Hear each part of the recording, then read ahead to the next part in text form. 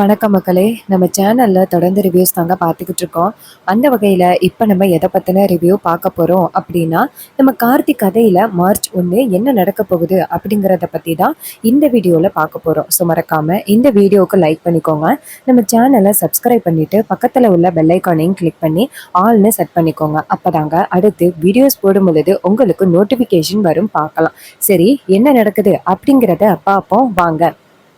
என்ன நடக்குதுன்னா, பாட்டி வந்துட்டு செம மாசா பேசுறாங்க. இது மாரி சாமுண்டீஸ்வரி, நான் கண்டிப்பா இன்னைக்கு என் பேரனுக்கும் ரேவதிக்கும் கல்யாணத்த நடத்தி முடிச்சுட்டு தாண்டி இந்த இடத்த விட்டு போவேன் அப்படின்லாம் சொல்றாங்க. இது கேட்டதோட நம்ம கார்த்திக்கு செம்ம ஷாக்கு.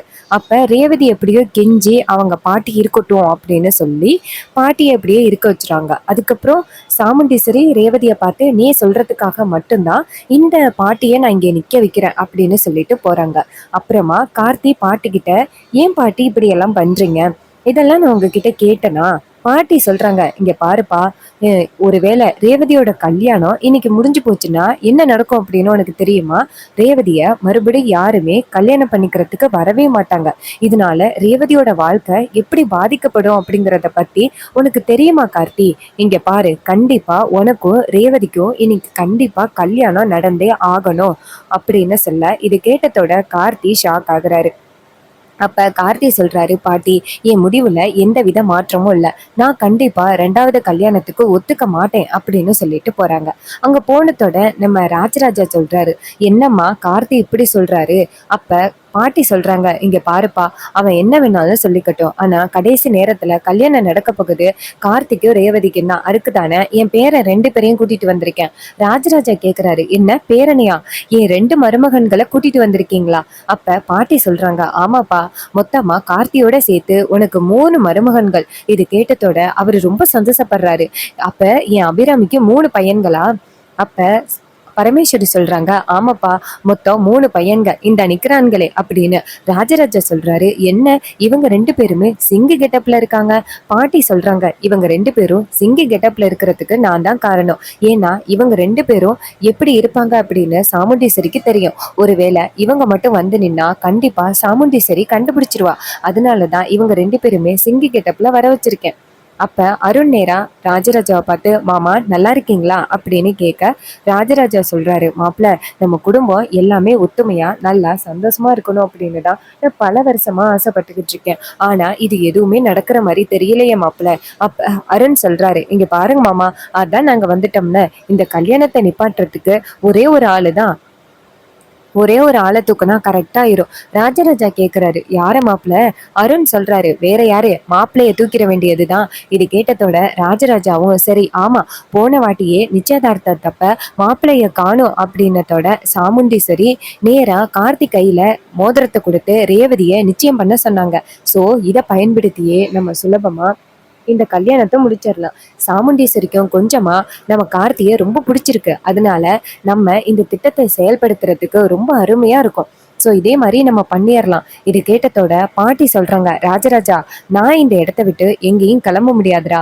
நான் போனா கண்டிப்பா அவ கண்டுபிடிச்சிருவா. அதனால நீ அப்புறம் மயில் வாகனம், என் பேரன் 2 பேரு, அப்புறம் எல்லாரும் சேர்ந்துதான் அந்த மகேஷை மட்டும் அந்த மேடைக்கு வரவிடாம தடுத்துட்டா போதும். அப்புறம் சாமுண்டீஸ்வரியே தாலிய கார்த்திகையில கொடுத்து ரேவதி கையில, ரேவதி கழுத்துல கட்டு அப்படின்னு சொல்லிடுவா.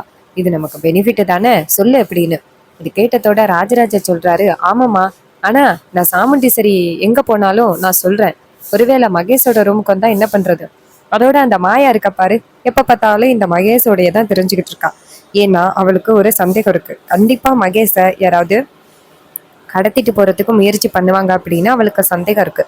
ஸோ அவளை கொண்டு போய் நம்ம எங்கேயாவது ஃபர்ஸ்ட் மாட்டி விடணும். இது கேட்டதோட ராஜராஜா சொல்றாரு, அதை நான் பாத்துக்கிறேன். இது கேட்டதோட மயில் வாகனம் சொல்றாரு, சரிங்க மாமா, ஏற்கனவே நம்ம கூப்பிட்டதுனால நம்ம மேல கொஞ்சம் சந்தேகம் இருக்கு. அதுக்கு ராஜராஜா சொல்றாரு, அதை எப்படி என்ன பண்ணணும் அப்படின்னு எனக்கு தெரியும் அப்படின்னு. இதை கேட்டதோட மயில் வாகனமும், சரி, நாங்க இந்த பக்கம் மகேஷ தூக்குறதுக்கு முயற்சி பண்றோம், நீங்க இன்னொரு பக்கம் எப்படியாவது அந்த மாயாவை மட்டும் மகேஷ் பக்கம் வரவிடாம பண்ணுங்க. இது கேட்டதோட ராஜராஜாவும் சரி அப்படின்னு சொல்லிட்டு அந்த இடத்துல இருந்து போறாரு. அருண், ஆனந்த் இவங்க 2 பேருமே சேர்ந்து அந்த மகேஷை கடத்துறதுக்காக போறாங்க. இன்னொரு பக்கம் நம்ம ராஜராஜா என்ன பண்றாருன்னா, நேரா நம்ம ரேவதியை போய் பார்க்குறாங்க. ரேவதி கிட்ட, ரேவதி அம்மா இது மாதிரி அந்த மாயா இருக்காங்கல்ல, அவங்க தான் உன்னை வந்துட்டு மேடைக்கு கூட்டிட்டு போகணும். ஸோ அவங்கள கூப்பிடேன். இது கேட்டதோட ரோகிணி சொல்றாங்க, அப்பா நான் போய் கூட்டிட்டு வரேன் அப்படின்னு சொல்லிட்டு நேரா அந்த மாயாவை கூப்பிடுறதுக்கு போறாங்க. மாயா வழக்கம் போல மகேஷ் கூட இருக்காங்க. மாயா மகேஷ் கிட்ட, இங்க பாரு மகேஷ், யாரு கூப்பிட்டாலும் நீ இந்த இடத்த விட்டு போகவே கூடாது. அதுக்கு மகேஷ் சொல்றாரு, மாயா நான் எங்க போறேன், எனக்கு தான் அவங்க எல்லாரும் என்ன திட்டம் போடுறாங்க அப்படின்னு எனக்கு தெரிஞ்சு போச்சுல, அதனால நான் இந்த இடத்த விட்டு போறதுக்கு வாய்ப்பே கிடையாது, நான் பாத்துக்கிறேன். இதை கேட்டதோட மாயாவும் சரி அப்படின்னு சொல்லிட்டு இருக்க ரோகிணி அங்க வராங்க. ரோகிணி நேரா மாயா கிட்ட, மாயா என்ன பண்றீங்க? மாயா சொல்றாங்க, இல்ல மகேஷ்கிட்ட தான் பேசிக்கிட்டு இருந்தேன். அப்ப ரோஹிணி சொல்றாங்க, சரி சரி, ரேவதி வந்து உங்களை கூப்பிட்டா. அப்ப மாயா கேக்குறாங்க, ரேவதியா? ரேவதி எதுக்கு என்ன கூப்பிடணும்? மாயா சொல்றாங்க, இது மாதிரி நான் மகேஷ் கூட இருக்கனே. அப்ப ரோகிணி சொல்றாங்க, இங்க பாருங்க, இத்தனை நாளும் மகேஷை நீங்க தானே பாத்துக்கிட்டீங்க, போதும் பாத்துக்கிட்டது. இது மாதிரி ரேவதி ஏதோ முக்கியமான விஷயமா உங்களை கூப்பிட்டா. இது கேட்டதோட அந்த மாயாவும் சரி வரேன் அப்படின்னு சொல்லிட்டு ரோகிணி கிட்ட நீ இப்போ வரேன்னு சொன்னதோட ரோகிணி அந்த இடத்துல இருந்து போறாங்க. மாயா நேரா மகேஷ் கிட்ட, இங்க பாரு மகேஷ், நான் இந்த இடத்த விட்டு போன பிறகு கண்டிப்பா உன்னை யாராவது கூப்பிடுவாங்க. ஆனா தயவு செஞ்சு இந்த இடத்த விட்டு துளி அளவு கூட நகர்ந்துராத. இதை கேட்டதோட மகேஷும், மாயா எனக்கு பயமா இருக்கு, என்னை தனியா விட்டுட்டு போவாத. அப்ப மாயா சொல்றாங்க, அதெல்லாம் தனியா விட்டுட்டு போகல, இப்ப போயிட்டு நான் உடனே வந்துடுறேன். இது கேட்டதோட மகேஷும் சரி அப்படின்னு சொல்லிட்டு வெயிட் பண்றாரு. மாயா அந்த இடத்துல இருந்து போறாங்க. மாயா போன அடுத்த செகண்டே அந்த இடத்துக்கு நம்ம அருணும் ஆனந்தும் வராங்க. சிங்கி கெட்டப்ல 2 பேரும் வந்ததோட மகேஷ் அவங்கள பார்த்து, நீங்க யாரு, எதுக்கு இங்க வந்திருக்கீங்க அப்படின்னு கேக்குறாங்க. அதுக்கு அருண் சொல்றாரு, வேற எதுக்கு நாங்க வந்திருக்கோம், உன்னை கிட்னாப் பண்றதுக்கு தான் வந்திருக்கோம். இது கேட்டதோட மகேஷ் அதிர்ச்சி ஆகுறாரு, என்ன சொல்றீங்க அப்படின்னு. அப்ப நம்ம அருண் சொல்றாரு, இங்க பாரு, நீ இருக்கிற வரைக்கும் கண்டிப்பா இந்த கல்யாணத்தை யாரும் நிப்பாட்ட மாட்டாங்க, உன்னை தூக்குனாதான்டா இந்த கல்யாணம் நடக்கும் அப்படின்ட்டு மகேஷ அந்த இடத்துல இருந்து மயக்க மருந்து வச்சு மகேஷ தூக்குறாங்க. நேரா ஒரு மூட்டைக்குள்ள வச்சு அருணும் ஆனந்தும் தூக்கிட்டு வராங்க. இந்த பக்கமா வந்துட்டு ரேவதி வராங்க. ரேவதி வந்துட்டு நேரா அவங்க 2 பேரையும் பார்த்துட்டு, நீங்க 2 பேரும் தானே பாட்டி கூட வந்த, நீங்க என்ன பண்றீங்க? அதுக்கு அவங்க சொல்றாங்க, இல்ல நாங்க சும்மா தான் வந்தோம் அப்படின்னு. அதுக்கு அருண் சொல்றாரு, இல்ல இல்ல, இது மாதிரி வெங்காய மூட்டை இருந்துச்சு, அதை எடுத்துட்டு வந்தோம். இதை கேட்டதோட சரி அப்படின்னு சொல்லிட்டு அந்த இடத்துல இருந்து வராங்க. அப்ப ரேவதி சொல்றாங்க, வெங்காய மூட்டையா, சரி சரி அப்படின்னு சொன்னதோட அருணும் ஆனந்தும் அந்த இடத்துல இருந்து வராங்க.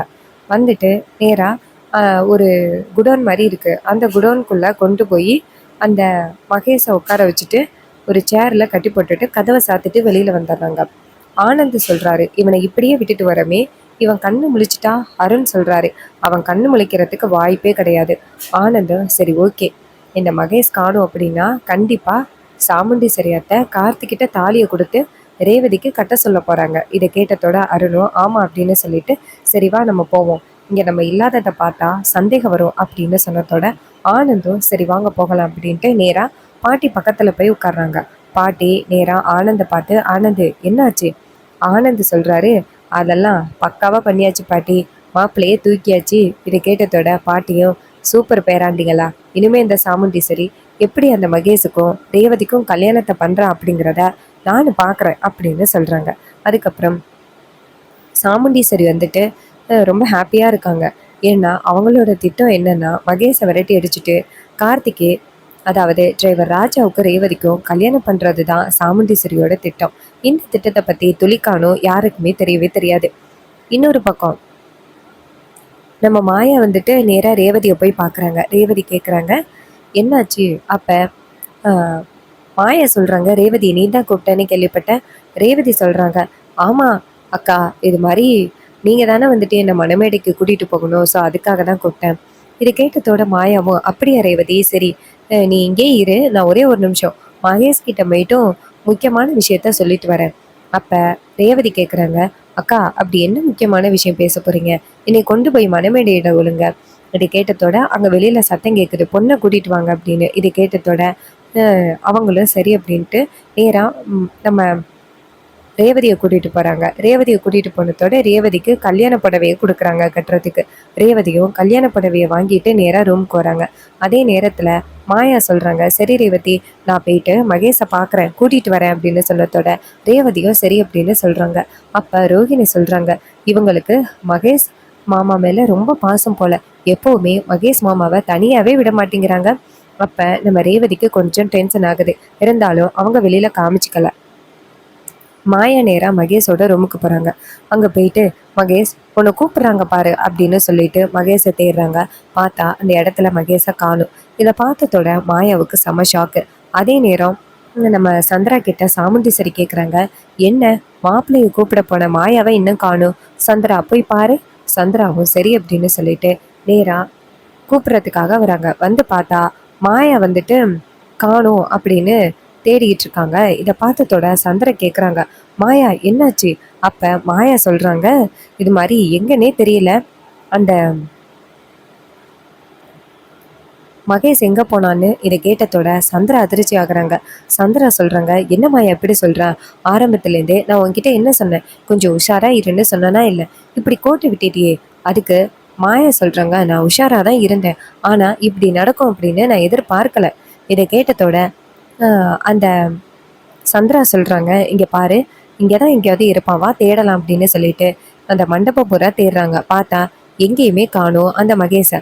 அப்ப மாயா சொல்றாங்க, கண்டிப்பா இந்த அந்த டிரைவர் ராஜா அப்புறம் மயில் வாகனம் இவங்களோட வேலையா தான் இருக்கும். சந்திரா சொல்றாங்க, சரி நான் போய் கேட்டா கண்டிப்பா சந்தேகம் வரும், நீ போய் கேளு. இது கேட்டதோட மாயாவும் சரி நான் போய் கேட்குறேன் அப்படின்ட்டு கோவமா போறாங்க. போயிட்டு நேரா கார்த்தியை பாக்குறாங்க, ஏ டிரைவர் ராஜா அப்படின்னு. அப்ப கார்த்தி கேட்குறாரு, சொல்லுங்க. அப்ப மாயா சொல்றாங்க, இங்க பாரு, மகேஷை எங்க வச்சிருக்க, போன வாட்டி நிச்சயதார்த்தத்துல எப்படி மகேஷை கடத்தி கொண்டு போய் வச்சிருந்தியோ அதே மாதிரி இந்த வாட்டியும் நீ கார்த்தியை மகேஷை கை எடுத்துட்டியா? அப்ப கார்த்தி சொல்றாரு, இங்க பாருங்க, அவனை கடத்த வேண்டிய அவசியமே கிடையாது, இன்னும் கொஞ்ச நேரத்துல உங்க 2 பேரோட உண்மையான முகம் வெளியில தெரிய போகுது, அப்புறம் எதுக்கு நான் கடத்தணும், நான் கடத்த வேண்டிய அவசியமே கிடையாது. இதை கேட்டதோட மாயா சொல்றாங்க, டேய், நீ மகேஷை கடத்தி தாண்டா வச்சிருக்க, எனக்கு நல்லா தெரியும். அதுக்கு கார்த்தி சொல்றாரு, நான் ஒன்றும் மகேஷை கடத்தவே இல்லை, எனக்கு இதுக்கு எந்த சம்மந்தமும் இல்லை, உங்களை பத்தின உண்மையான விஷயத்த கூடிய சீக்கிரம் நான் நிரூபிக்க போறேன் அப்படின்னு. மாயா சொல்றாங்க, டே உன்னால எதுவும் பண்ண முடியாதுடா அப்படின்னு சொல்லிட்டு போறாங்க. அப்ப சந்திரா கேக்குறாங்க, மாயா என்னாச்சு, அவன் சொன்னானா மகேஷை எங்க வச்சிருக்கான்? அப்ப மாயா சொல்றாங்க, இல்ல, அவனை பார்த்தா மகேஷை கடத்தின மாதிரி தெரியல, இதுக்கு பின்னாடி வேற ஏதோ ஒரு காரணம் இருக்கு.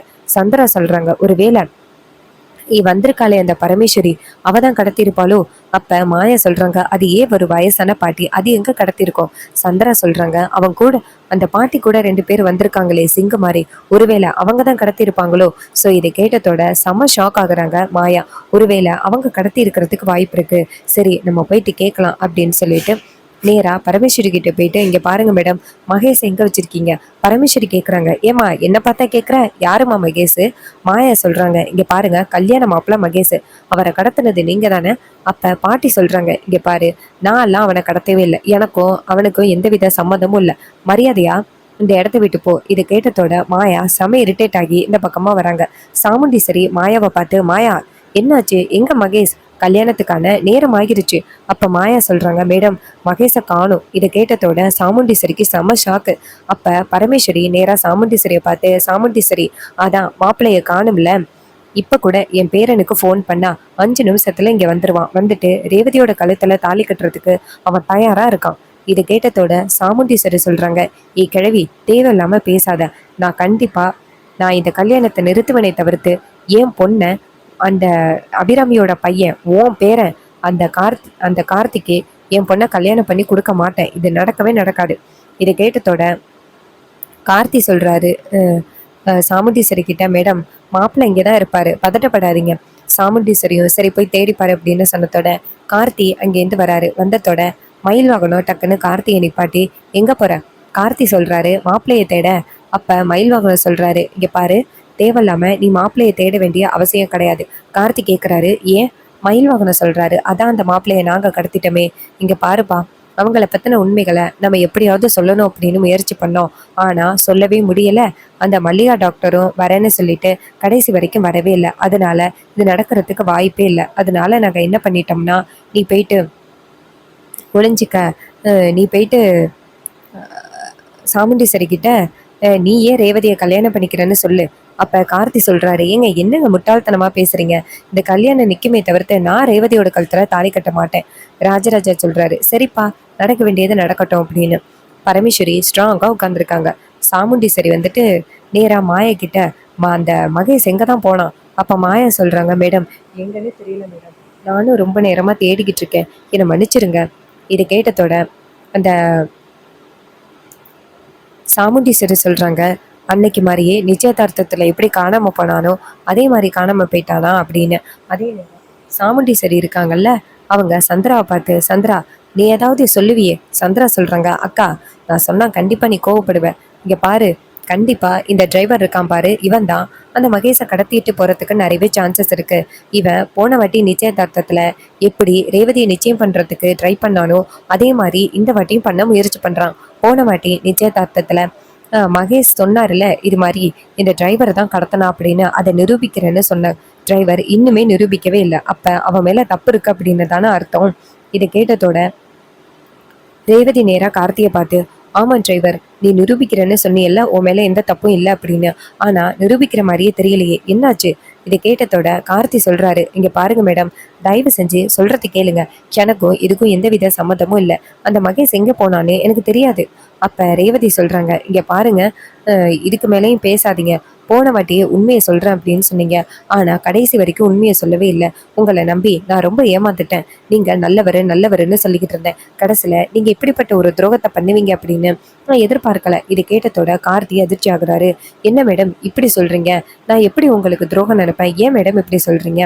இதை கேட்டதோட ரேவதி சொல்றாங்க, போதும் இதோட நிப்பாட்டுங்க அப்படின்னு. இன்னொரு பக்கம் சாமுண்டீஸ்வரி இதை பார்த்துட்டு ஷாக் ஆகுறாங்க. ஏன்னா சாமுண்டீஸ்வரியோட பிளான் என்னன்னா, டிரைவர் ராஜாவுக்கும் ரேவதிக்கும் கல்யாணம் பண்ணி வைக்கிறது தான் சாமுண்டீஸ்வரியோட பிளான். ஆனா திடீர்னு இவங்க சண்டை போட்டுக்கிறத பார்த்துட்டு சாமுண்டீஸ்வரி ஷாக் ஆகுறாங்க. இன்னொரு பக்கம் மகேஷ் குடோன்குள்ள அடைஞ்சு கிடக்குறாரா, அவரு வெளியில வராரு. அப்ப கதவை தட்டுறாரு, யாராவது கதவை திறங்க, நான் கல்யாண மாப்பிள்ள மகேஷ், ரூம்ல அடைப்பட்டு கிடக்கேன், தயவு செஞ்சு கதவை திறங்க அப்படின்னு சொல்லி கெஞ்சுறாரு. இதை கேட்டதோட யாருமே வந்துட்டு வெளியில இல்ல. அப்ப மகேஷ் கத்துறாரு, ஐயோ யாராவது கதவை திறங்க. அப்ப மகேஷ் நினைக்கிறாரு, திட்டமிட்டு என்னை கொண்டாந்து இப்படி அடைச்சிட்டாங்களே, நம்ம எப்படி வந்து தப்பிக்கிறது அப்படின்னு சொல்லி அவர் ரொம்பவே ஃபீல் பண்ணிட்டு இருக்காரு. இன்னொரு பக்கம் எப்படியாவது சாமுண்டீஸ்வரிக்கும் சாமுண்டீஸ்வரி வந்துட்டு நம்ம டிரைவர் ராஜாவுக்கும் ரேவதிக்கும் கல்யாணம் பண்ணி வைக்கிறது தான் பிளான். அப்போ சாமுண்டீஸ்வரி அவங்களோட பிளானை எக்ஸிக்யூட் பண்ண ஆரம்பிக்கிறாங்க. ஸோ இந்த எபிசோடு உங்களுக்கு எந்த அளவுக்கு பிடிச்சிருந்துச்சு அப்படின்னு மறக்காம கமெண்ட்ல சொல்லுங்க. இதே மாதிரி இன்னுமே அப்டேட்ஸ் நம்ம சேனல்ல நீங்க தொடர்ந்து பார்க்கணும் அப்படின்னாலும் மறக்காம நம்ம சேனலை சப்ஸ்கிரைப் பண்ணிக்கோங்க. பக்கத்தில் உள்ள பெல் ஐக்கானையும் கிளிக் பண்ணி ஆல்ல செட் பண்ணிக்கோங்க. அப்போதாங்க அடுத்தடுத்து வீடியோஸ் போடும் பொழுது உங்களுக்கு நோட்டிஃபிகேஷன் வரும். பார்க்கலாம். தேங்க்ஸ் ஃபார் வாட்சிங்.